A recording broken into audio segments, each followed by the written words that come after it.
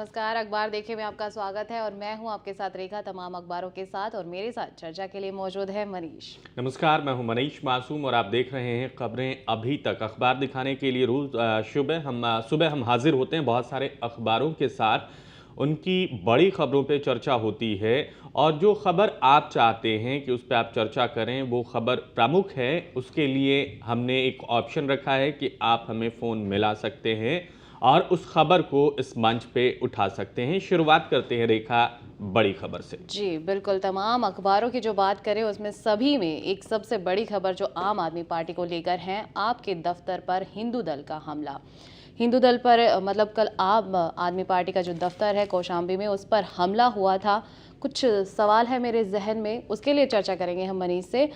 पहले मुझे ये बताइए कि इस तरह के जो हमले हैं वो कहाँ तक सही है? जो शरारती तत्व इस तरह के हमले करते हैं, क्या सोच के करते हैं वो इस तरीके के रेखा, हमले? इसका जवाब आपके पास भी होगा, हमारे जी। पास भी है, कोई देख रहा है, हमारे दर्शक हैं, हमारे दोस्त हैं, उनके पास भी है कि कोई भी हमला निंदनीय है। जी। और इस परिस्थिति में जब आप लोकतांत्रिक व्यवस्था में हैं, उसके अंतर्गत आप चिढ़ निकालने के लिए किसी खास मुद्दे को पकड़कर आप चले जाएं किसी के दफ्तर पे, जाके शीशे तोड़ दें, वहां पे लाठी डंडे चलाएं, तो इसका स्वागत तो कतई नहीं किया जा बिल्कुल। सकता। दूसरी बात जो देखिए इसमें है कि क्या जवाब हो सकता है, हम मान सकते हैं कि प्रशांत भूषण के बयान से जो बहुत से लोग मुसलमान इत्तेफाक ना रखें, जी। लेकिन उस दौरान भी हमने देखा था कि उनके चैम्बर के दौरान यहाँ पे विष्णु नाम का एक लड़का था और मैं नाम अभी मिस कर रहा हूँ, जी। नाम ज़हन में जैसे ही आएगा हम साझा करेंगे उसका। इन दो लोगों का नाम प्रमुखता से आया था जब प्रशांत भूषण के ऊपर उनके चैम्बर में जाके हमला किया गया था कोर्ट परिसर के अंदर। तो ये सारी बातें घटना निंदनीय है और जहां तक मेरी समझ है, मुझे ऐसा लगता है कि ये जितने भी हमलावर होते हैं या उनके नेतृत्वकर्ता जो होते हैं, ये सुर्खियों के भूखे होते हैं, छपास की बीमारी होती है और ये बीमारी इस कदर हावी हो जाती है कि इस सारी मर्यादाओं को तोड़ते हुए इस तरीके के कृत्यों को अंजाम देते हैं, जिसको कि हर तरीके से आप निंदनीय करार दे सकते हैं। इनको नजर में आना होता है, सुर्खी बनानी होती है, पार्टी से कहीं ना कहीं अटैचमेंट झलकाना होता है। इस कारण इस तरीके के हमले को अंजाम दिया जाता है। जैसे हमने देखा था भगत सिंह क्रांति दल के कार्यकर्ताओं ने हमला किया था, अगर मैं गलत नहीं हूं तो, प्रशांत भूषण के ऊपर उनके दफ्तर में घुस के। उसके बाद अभी पिंकी चौधरी जिसका नाम आ रहा है, इसकी फोटो भी लगी हुई है गोल घेरे में, इसने कल टेलीविजन पे ये स्टेटमेंट दिया है कि हाँ, हम राष्ट्रवादी हैं, देश की रक्षा चाहते हैं। कोई भी ऐसा बयान जो कि देश की अखंडता पे सवाल खड़े करता है, उसका हम विरोध करते हैं और इस विरोध को जताने ही हम यहाँ पे पहुंचे हैं। अरविंद केजरीवाल ने बटला हाउस एनकाउंटर को लेकर जो स्टेटमेंट दिया है, या फिर प्रशांत भूषण ने कश्मीर मुद्दे के ऊपर जो कुछ भी बोला था, उसको हम कभी भी स्वीकार नहीं कर सकते और ये हम विरोध जता रहे हैं। लेकिन ये तरीका बड़ा गलत था और तरीके के ऊपर देखिए, जिस बजरंग दल का ये नाम ले रहा था, इसने कहा था कि बजरंग दल कोई रजिस्टर्ड संस्था नहीं है, ये भावना के द्वारा जुड़ी हुई एक कड़ी है। हम बजरंग दल को मैं मानता हूं, बजरंग दल का मैं सदस्य हूं, इसमें कोई गुरेज नहीं है, मुझे बोलने में कोई बुराई नजर नहीं आती है। और इसने खुद को बजरंग दल का सदस्य बताया। हालांकि बाद में भारतीय जनता पार्टी ने इन सारी बातों का खंडन किया है। इसके साथ ही तमाम और पार्टियां जो कि यूपी की सियासत में सक्रिय हैं, उन्होंने भी इस घटना की निंदा की है। और कोई भी पॉलिटिकल पार्टी जो कि राष्ट्रीय स्तर पे चुनाव लड़ रही है या अपने एजेंडे के साथ लोगों के बीच जाती है, वो कतई ऐसी घटनाओं को सही नहीं ठहरा सकती हैं। क्योंकि अगर प्रशांत भूषण ने ऐसा कुछ बोला है जो कि गलत है, गलत भी हो सकता है, सही भी हो सकता है, लेकिन बहस की गुंजाइश हर सभ्य समाज में होती है। आप बातों का जवाब बातों से दीजिए, बातों का जवाब हाथों से, डंडों से बिल्कुल नहीं दिया जाता है। और मुझे लगता है कि देखिए तरीका गलत हो, बहुत गलत है। इस तरीके का जो विरोध हो रहा है उसका बिल्कुल कभी भी इसका स्वागत नहीं किया जा सकता। और ऐसे लोगों पे स्वागत करने की बात तो छोड़िए, तुरंत कड़ी कार्रवाई करनी चाहिए। और इनके खिलाफ मुझे लगता है कि कहीं ना कहीं हमारे सिस्टम में ऐसी लचर व्यवस्था है ऐसे लोगों को लेकर जो अक्सर जाम लगा देते हैं, सरकारी संपत्ति को नुकसान पहुंचा देते हैं, या फिर किसी के दफ्तर पे हमला बोल देते हैं, भीड़ की शक्ल में तब्दील होके आते हैं, किसी व्यक्ति विशेष के ऊपर हमला करते हैं। तो इन लोगों और ये घटनाएं एक बार नहीं होती हैं, आप देखती हैं। ये अरविंद केजरीवाल प्रशांत भूषण के साथ मान लीजिए कि दूसरी घटना है, एक बार प्रशांत भूषण के दफ्तर में, उसके बाद आम आदमी पार्टी के कौशाम्बी दफ्तर में जी।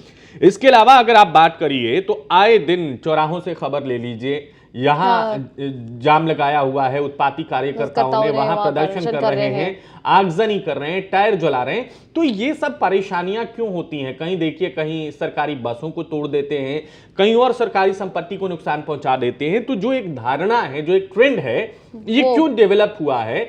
यहां लोगों को यूं लगता है कि वो एक मुद्दा उठा रहे हैं और मुद्दे की आड़ में उनकी सारी बातें जो नाजायज हैं वो जायज हो जाएंगी और खुद को शहीद बता देंगे। शहीद कहने का सेंस ये है कि अपने आप को बताएंगे कि हम एक मुद्दे के विरोध में लड़ाई लड़ रहे हैं जिसकी सजा हमें भुगतनी पड़ रही है, यानी कि हम जेल में जा रहे हैं, हमारे साथ पुलिस कड़ाई से पेश आ रही है। और जिस पार्टी से ये अपने आप को जुड़ा हुआ बताते हैं, उस पार्टी की सिंपैथी अंदर खाने ये पाते हैं कि चलो कोई ना कोई मसला तो जगह, कहीं ना कहीं कोई सुर्खी तो बनी।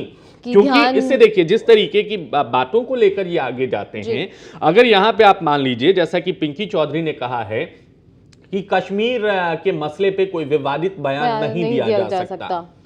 प्रशांत भूषण माफ करिएगा, अरविंद केजरीवाल ने बटला हाउस एनकाउंटर पे जो बात कही थी, हालांकि मैं अरविंद की इस बात को निंदनीय नहीं कहूंगा, अरविंद ने सिर्फ ये कही थी बात कि जो एनकाउंटर हुआ था उसमें हमारे एक जवान शहीद हुए थे, मोहन चंद शर्मा, और इसके साथ 2 युवकों की जान गई थी। इसमें ऐसा भी हो सकता था कि थोड़ी चतुराई के साथ इस कार्रवाई को अंजाम दिया जाता और शायद हमारे इंस्पेक्टर की जान बच जाती और ये 2 के 2 जो लड़के हैं ये जिंदा पकड़ लिए जाते। और जिंदा पकड़ लिया जाना मतलब कि पुलिस की सफलता में इजाफा होना। अगर जिंदा पकड़े जाते हैं तो उनसे और जानकारी ली जा सकेगी, तथ्यों को खंगाला जा सकेगा।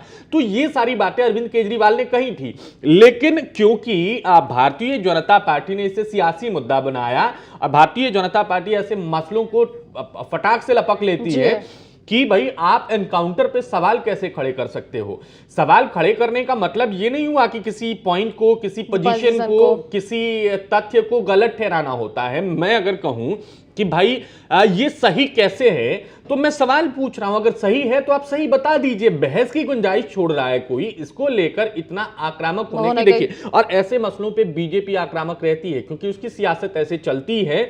और पोलराइजेशन में देखिए, चाहे वो समाजवादी पार्टी हो या कांग्रेस पार्टी हो या भारतीय जनता पार्टी हो, जो हमारे यहाँ पे ट्रेडिशनल राजनीति है, इसमें ये पार्टियां विश्वास करती हैं, ये चाहती हैं कि एक तबका निर्मित हो जो कि हमारी बातों में विश्वास करे और उनको ऐसा लगे कि उनका उद्धार हम ही कर सकते हैं, जिस कारण से वो हमसे अटैच रहे, हमारे साथ जुड़े रहे। तो ये समस्या हमारे ट्रेडिशनल राजनीति की है और शायद यहाँ पे थोड़ा सा मलगाव देख रहे हैं, क्योंकि देखिए बहुत सारी पार्टियों ने सवाल उठाए हुए हैं। एक दफे हमने समस्त भारतीय पार्टी का भी एक सवाल सुना था जी।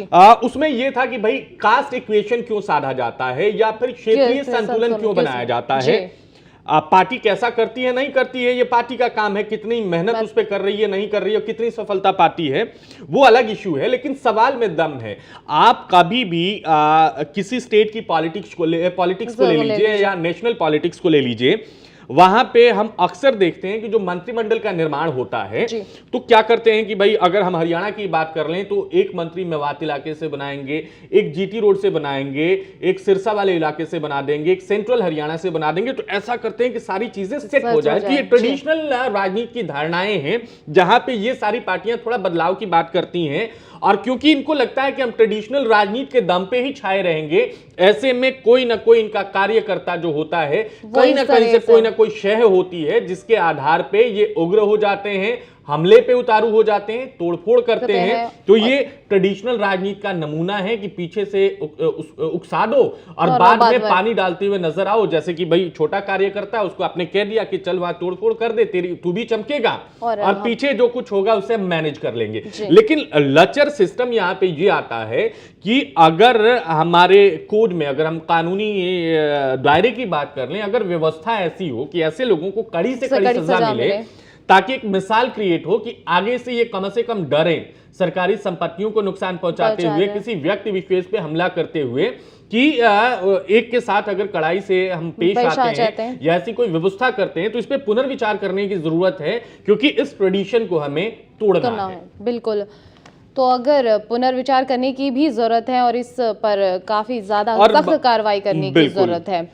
एक अब अगर हम आम आदमी पार्टी की बात कर रहे हैं, तो दरअसल यही मैं चाह रहा था कि इस मुद्दे पे भी हम जरूर बात करते हैं। कुछ सवाल है कि जो इन्होंने हेल्पलाइन नंबर यहाँ पे जारी किया है, अभी तक बहुत सारी जो भी हमारी पार्टियां ही हैं उन्होंने कहीं ना कहीं हेल्पलाइन नंबर जारी किया है, लेकिन उसका जो भविष्य हमने देखा है वो ज्यादा दिन तक चला नहीं है हेल्पलाइन नंबर। इसका क्या होगा? दुरुस्त बात है कि देखिए, हेल्पलाइन नंबर ये अपने आप में नया नहीं है।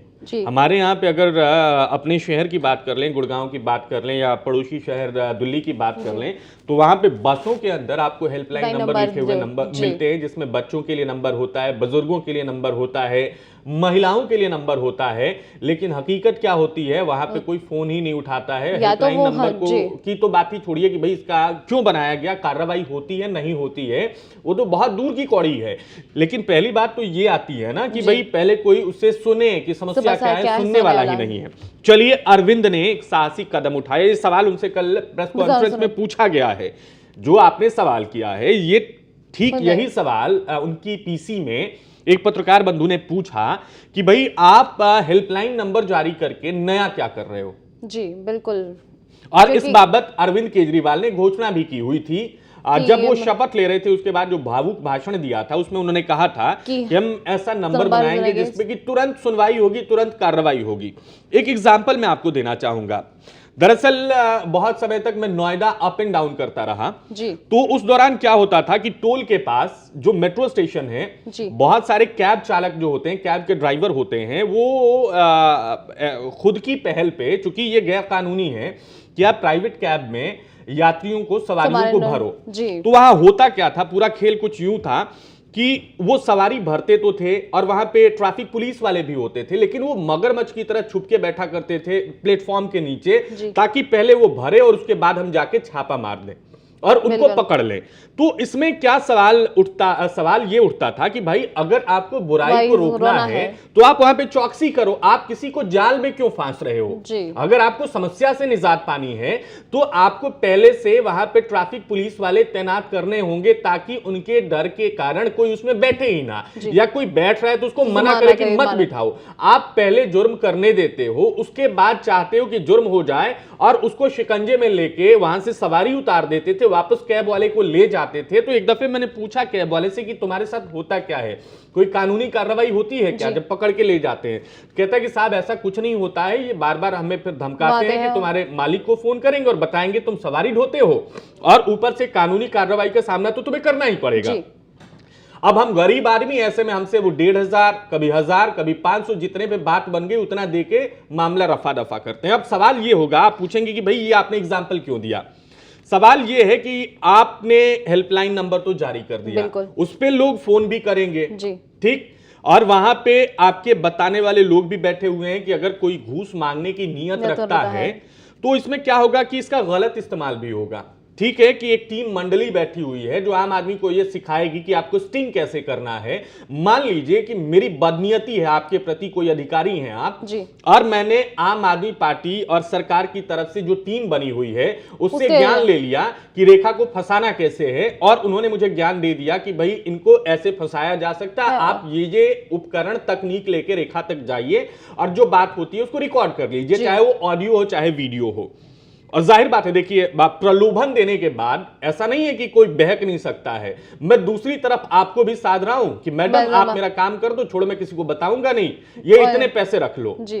तो ये बदनीयती की तरह यहाँ बदनीयती के तहत भी यहाँ पे बहुत सारी कार्रवाई होगी। और मैडम को तो तसल्ली दे दी कि मैडम आपको पता नहीं है, किसी को पता नहीं लग रहा है, हमारा काम हो जाएगा, आपका काम हो जाएगा, आप पैसे ले लो। दूसरी तरफ स्टिंग भी हो रहा है, तो यहाँ नियत पे सवाल उठेगा। और जिस नियत की बात अरविंद केजरीवाल हमेशा कहते हैं कि हमारी नीतियों में थोड़ी गड़बड़ी हो सकती है क्योंकि हम नए हैं, हमारी नियत ठीक है, उसी नियत पे इस हेल्पलाइन और इस टीम के द्वारा सवाल उठता है, जिसका जवाब आम आदमी पार्टी को, इस सरकार को देना होगा। क्योंकि हर कुछ आनन फानन में करने से सिस्टम नहीं सुधरता है। और इससे संबंधित कुछ बातें, मैं समझ रहा हूं आपको ब्रेक लेना है, इस पर हम चर्चा करेंगे, लेकिन बेहद अहम खबर है कि इस तरीके की पहल तो आप कर रहे हो, लेकिन पहल के साथ इसके दो पहलू हैं, इस पे विचार कौन करेगा? जी बिल्कुल, मेरे भी कुछ सवाल हैं, उन पर बात करेंगे, लेकिन यहाँ फिलहाल रुकेंगे एक छोटे से ब्रेक के लिए।